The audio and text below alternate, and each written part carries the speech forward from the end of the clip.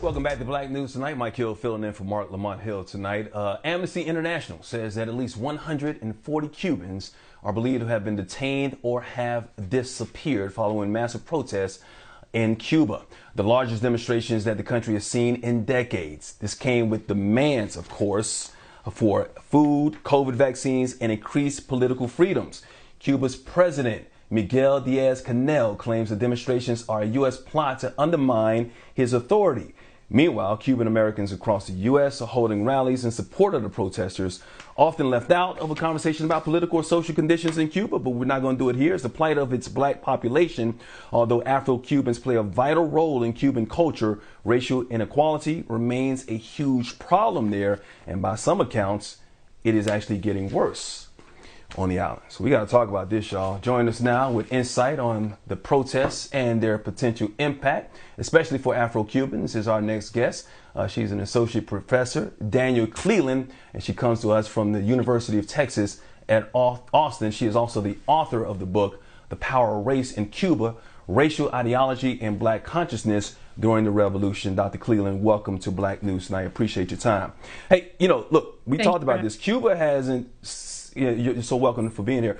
Cuba hasn't seen protests like this in nearly 30 years. I already set up the why. We're talking about the lack of vaccine. We're talking about the lack of food right now. But just how bad has it gotten there on the island?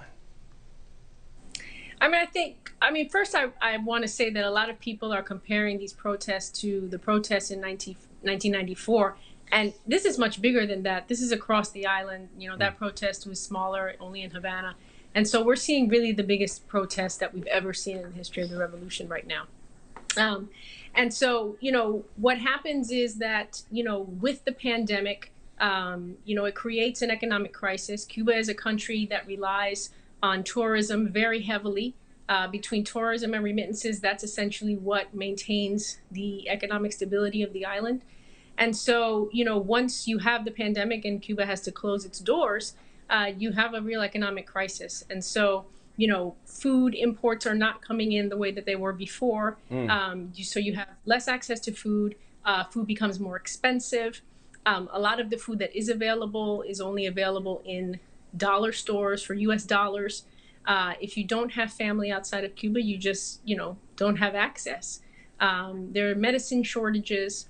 And so I think, the pandemic really pushed an already growing economic crisis, to the limit. So they're blaming the presidency there, but let's talk about the pandemic and let's talk about the lack of vaccines over there, because we've known that Cuba actually lends medical support to Africa and other nations who may be developing regions, but and they're also developing their own COVID-19 vaccines, as I understand, but only 10% of the island right now have been vaccinated. Why do you think this has become such a big problem for them when they can do so much for themselves? Well, I think the vaccines have started. And so, some people have gotten one dose. I believe that, one of the vaccines they have is 3 doses. But I think overall, it's a question of resources and, the resources that they have to be able to really effectively distribute the vaccine and how quickly. And so, one of the strengths of Cuba in the revolution has always been free access to healthcare. But without resources, without medicine, without the materials that you need, without the money coming in for medical investments, the access to healthcare and the gains that Cuba has been able to make, in that sector, have really fallen. And so, that, also goes for the vaccine. I think, they are moving to vaccinate folks, but it's going slowly. And, people are getting frustrated, particularly because there have been a lot of shutdowns. And for a while, the doors were closed for tourism, which was really people's bread and butter. And so I think, it's a combination of those things. We're going to get into the embargoes in a second, but I want to talk about something that actually I'm still learning about when it comes to Cuba, because if you look at some of the pamphlets, you look at the movies, the Cubans don't look like Tony Montana. They look like me and they look like you. I mean, they look darker than us, actually. In some estimates, people of African descent are a majority in Cuba, yet we don't see a lot of that representation over there. And like a lot of countries when it comes to people of color, they have to deal with racism and racial inequalities. Is it the same issues and the same reasons why that we deal with issues over here, the same reasons why they deal with those same issues over there? Yes, I mean, Cuba is a black country, or at least an Afro-descendant country, and what we know is that at the beginning of the revolution, there were great increases in racial equality as far as access to education is concerned, access to certain employment sectors like healthcare and education as well, teaching positions. But racism was never directly challenged. Racism was really never directly worked on as far as a structural issue. And so part of the reason that we see a lot of these inequalities is as capitalism starts to creep into Cuba, you start to see an increase in racial inequality. The other main issue here is that if we have a country that relies so heavily on remittances, then most of the Cubans that have come over here or to Spain or Canada or other countries are white.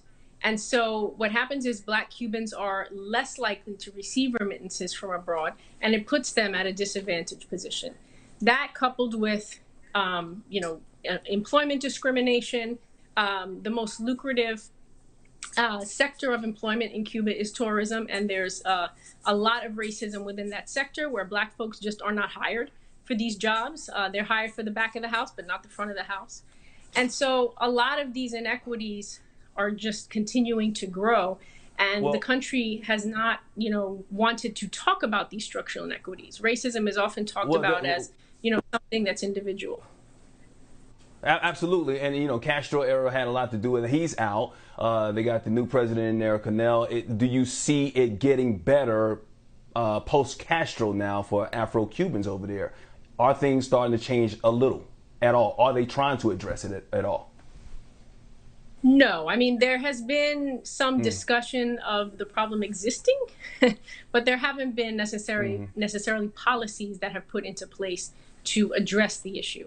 And so whether it be Fidel Castro, Raul Castro, Díaz-Canal, the policy has been virtually the same.